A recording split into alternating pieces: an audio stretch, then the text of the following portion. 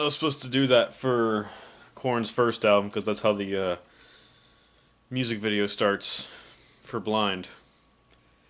But yes, welcome to Talking New Metal with Jay Dennis, and I am once again not wearing a shirt, and I'm on one of my recliners. Today, I'm going to be talking about Korn's fifth album, Untouchables. This is the album that is always fighting with issues and follow the leader for the top spot. I believe Untouchables was the second KORN album that I purchased.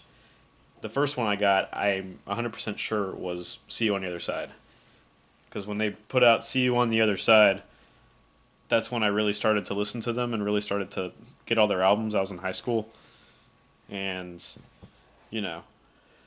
really get into them as they were about to go experimental and release Untitled. So no, I think I maybe got into them in 2005 or something. I don't know. Anyway, Untouchables is the second album that I got and was my favorite KORN album back in the day, and it's still in my top 3 or 4. Untouchables is when they took the solidified success of Issues. They just kept growing, man. They hit it big with Follow the Leader. They got even bigger with Issues. But then they reinvented their sound, but remained heavy with Untouchables. There's no doubt that they went for a less evil sound, a less kind of creepy sound than they did with Issues. They got a little cleaner.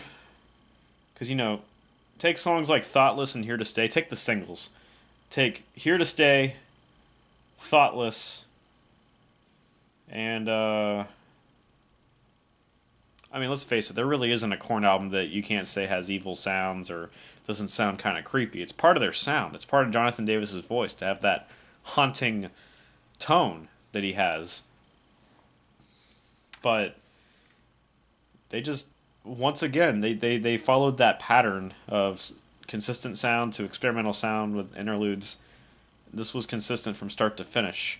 Back in the day, I thought that their weakest tracks on this album were Make Believe and Wake Up Hate. But now, listening to it again, once time has passed, I like every song on the album. I still think that Make Believe's the weakest track on the album, but I like Wake Up Hate a lot more. My favorite songs back then, and are still pretty much now, I'm Hiding. Weird-ass song with no bridge. It's verse, chorus, verse, chorus. But it's a great song. It's a powerful chorus. Hating. One of the most underrated KORN songs of all time. Serenity of Suffering has a song called The Hating. Another great song. But anyway,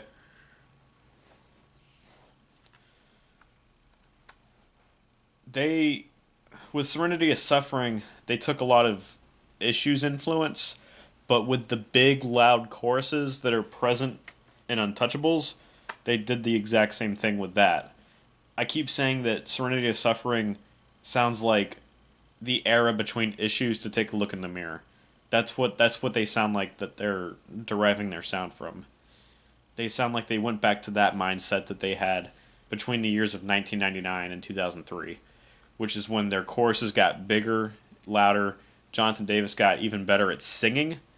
He didn't totally ditch the screams. There's a lot of screams in this album and in Take a Look in the Mirror. But yeah, basically, Untouchables it's so heavy, but it's a different kind of heavy than you would say that their first album was. It's not raw heavy. It's polished heavy. The guitars are very, very loud and well mixed, but they don't sound gritty. They sound well rounded. And just from start to finish, 14 tracks. There are strong singles. Here to Stay. It's a great way to start the album. No One's There. Great way to end the album. It's not their heaviest ender, but it's still a good way to end the album. It's like a little epic. And then songs like Blame, Bottled Up Inside, just so heavy with the intros, with the choruses that have like haunting melodies and harmonies in the background. Uh, the filler tracks would be like One More Time and Embrace, but those filler tracks are better than the ones that were on Issues, in my opinion. And then let's take the soft tracks. Let's take the ones that if people aren't into heavy metal, you can listen. You can be like, hey, listen to Hollow Life. That is a very unique track. KORN doesn't have any other songs like that. It's a very unique track. And same thing with Alone I Break, an acoustic track, of course with drums and synths and everything. But basically, this album, Untouchables, is untouchable. It provides everything. It doesn't have a lot of the raw. It doesn't have really any of the raw stuff that you heard from their earliest stuff. There's no tracks that features any rappers on this album.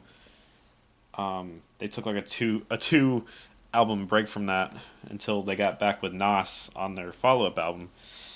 But yeah, not only in 2006 but in 2016, I still say Untouchables is top 3. One of KORN's best albums, has some of their strongest singles, and it's just a consistently amazing album from start to finish. My only complaint is that Make Believe is like some weird second track, but over time I grew to like it a little bit more.